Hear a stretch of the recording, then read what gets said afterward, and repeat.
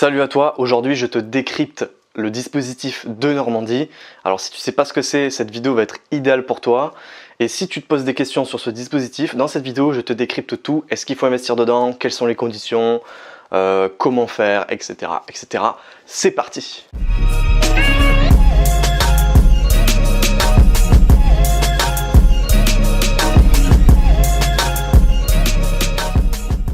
Alors avant de commencer, n'oublie pas que dans la description, tu peux télécharger ton livre. C'est un livre qu'on a rédigé exprès pour toi où on détaille notre méthode, puisqu'on a une méthode bien particulière sur cette chaîne dans l'investissement, c'est-à-dire qu'on combine l'immobilier et les placements financiers et on crée une genre de symbiose afin d'augmenter ton patrimoine le plus rapidement possible. Donc n'hésite pas à le télécharger dans la description. Alors au niveau des conditions, accroche-toi parce qu'il y en a beaucoup. Je vais te les énumérer. D'ailleurs, je me suis pris quelques notes parce que même pour moi, j'ai du mal à m'en souvenir.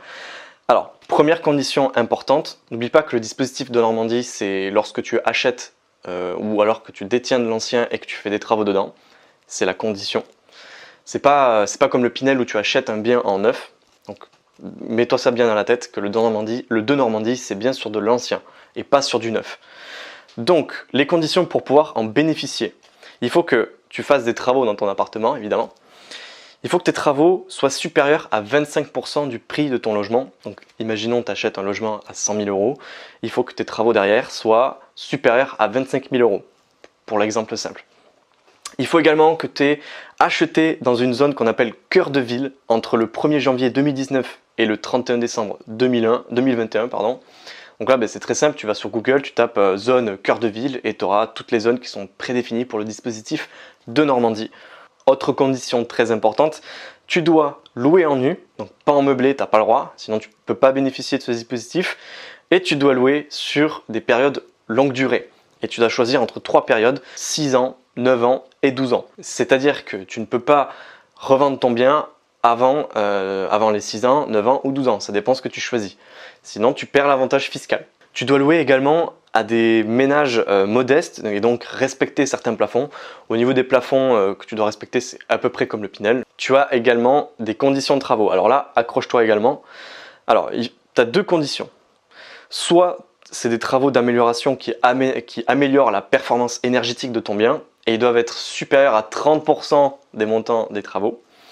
Ou, deuxième option, donc c'est un ou et pas un et, ou tu dois faire 2 types des 5 travaux que je vais t'énumérer. Donc, changement de chaudière, isolation des combles, isolation des murs, changement de production d'eau chaude et isolation des fenêtres. Donc, c'est-à-dire que si tu fais 2 de ces types de travaux, tu rentres dans les conditions de travaux pour pouvoir bénéficier du dispositif Denormandie. N'oublie pas en plus que 25% de ces travaux doivent être compris dans le prix du bien. Condition en plus de ces travaux, il faut que ces travaux soient réalisés par un professionnel certifié, reconnu, garant de l'environnement, RGE, machin.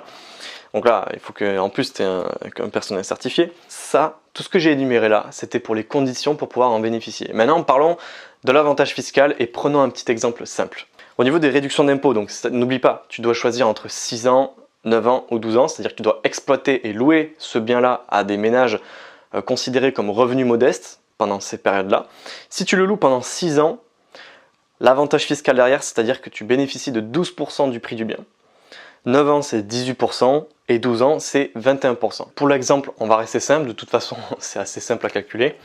C'est-à-dire que si tu achètes un bien à 200K, 200 000 euros, et que tu vas faire des travaux, puisque tu veux bénéficier du dispositif Denormandie, donc tu es obligé de faire des travaux.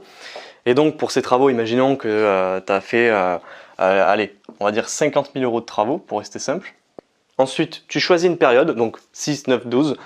Voilà, pour l'exemple, je vais choisir 12 ans, admettons. On part sur 12 ans. 12 ans. Donc ton avantage fiscal, si tu calcules, ça sera de 52 500 euros. Pourquoi? Comment j'ai fait? Donc tu prends 200 000 plus 50 000 euros de travaux, ça te fait un décaissement de 250 000 euros. N'oublie pas sur l'avantage de 12 ans, je te l'ai dit dans la vidéo, sur 12 ans c'est 21%. Ça, c'est l'avantage fiscal que tu vas bénéficier sur la totalité de ton investissement. Donc si tu veux savoir combien tu économises d'impôts chaque année, il faut prendre ce montant-là divisé par 12. Ça aurait été 9 ans, j'aurais divisé par 9, etc., etc. Donc tu bénéficies de 52 500 euros, divisé par 12, ça te donne 4 375 euros. Ah, ça 7. Voilà, donc ça c'est ce que tu économises chaque année sur tes impôts. Ensuite, j'ai reçu la question d'un abonné qui m'a demandé: Marvin, est-ce que tu peux bénéficier de l'avantage fiscal du déficit foncier et de l'avantage fiscal du de Normandie? Est-ce que tu peux les cumuler, clairement?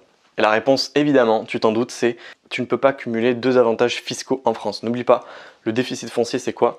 C'est lorsque tu loues en nu, donc tu es en nom propre en nu, tu achètes un appartement, tu fais des travaux, et tu as un déficit, et ce déficit-là, en nu, pas en meublé ça n'existe pas, en nu, tu peux réduire tes impôts parce que tes travaux ont fait que tu as créé un déficit la première année, jusqu'à 10 700 euros, 10 300 euros de mémoire.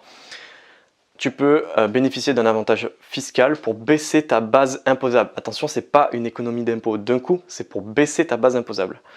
Et la question, ça a été donc, est-ce que tu peux bénéficier du de Normandie et en même temps faire du déficit foncier? Donc la réponse est complètement et non. Maintenant, je vais te dire ce que j'en pense de ce dispositif. Pour moi, c'est comme le Pinel. C'est toutes les personnes qui investissent dans ces dispositifs-là.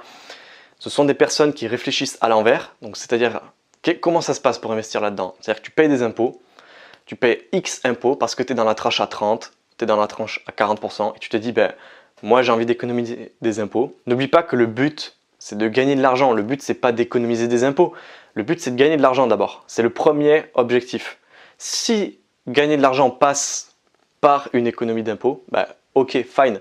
Ok, let's go. Je pars sur une économie d'impôts. Je pars sur ce dispositif-là. Si jamais c'est les conditions qui sont remplies. Mais surtout, je te conseille de ne pas réfléchir à l'envers et de réfléchir d'abord en économie d'impôts. Voilà, je pense que j'ai à peu près dégrossi tout le de Normandie. Alors pour moi, ça s'adresse vraiment à... Ça me paraît intéressant pour vraiment peu de personnes, donc pour 5 à 3% des investisseurs. Pourquoi? Parce qu'ils sont dans cette zone, parce qu'ils ont envie de faire du nu, parce que ça correspond à leur stratégie patrimoniale de faire du nu, parce que, et là, en répondant à toutes ces questions, là tu regardes le panel de tes options, et tu te dis, ah, eh ben, je peux faire un de Normandie, ah, je calcule les différents scénarios, ah ben c'est plus intéressant de faire un de Normandie. Là, je te dis, ok, fais un de Normandie, parce que tu es dans une zone où tu peux louer à des personnes que le plafond est assez élevé pour louer, etc. Mais surtout, ne réfléchis pas à l'envers, parce que tu vas faire des erreurs. J'ai vu trop de personnes, d'ailleurs, au dernier séminaire, il y avait une personne, peut-être qu'elle regarde la vidéo là, elle avait investi dans un Pinel, enfin, catastrophe d'investir dans un Pinel. En plus, si tu ne respectes pas ces conditions, donc imaginons tu les respectes au début, mais pendant la gestion de ton bien, tu ne les respectes pas, bah, tu perds l'avantage fiscal, donc vraiment je te conseille pas, parce que tu es complètement bloqué, tu es obligé de louer pendant 6, 9, 12 ans, tu peux rien faire, tu peux pas louer à qui tu veux. Vraiment, réfléchis pas à l'envers, réfléchis d'abord à gagner de l'argent dans l'immobilier, et si ça passe par une économie d'impôt, why not? Et vraiment, ça s'adresse vraiment à peu de personnes, ça me paraît intéressant pour peu de personnes. Pour l'avoir vu sur le terrain, pour avoir vu plusieurs personnes qui l'ont fait, je te conseille pas de partir sur cette stratégie-là. C'est pas une stratégie sur laquelle il faut partir. Voilà, c'est tout pour cette vidéo. J'espère que tu as tout compris au niveau du dispositif de Normandie. C'était Marvin. Pour une prochaine vidéo, n'oublie pas de télécharger le livre. Ciao, ciao.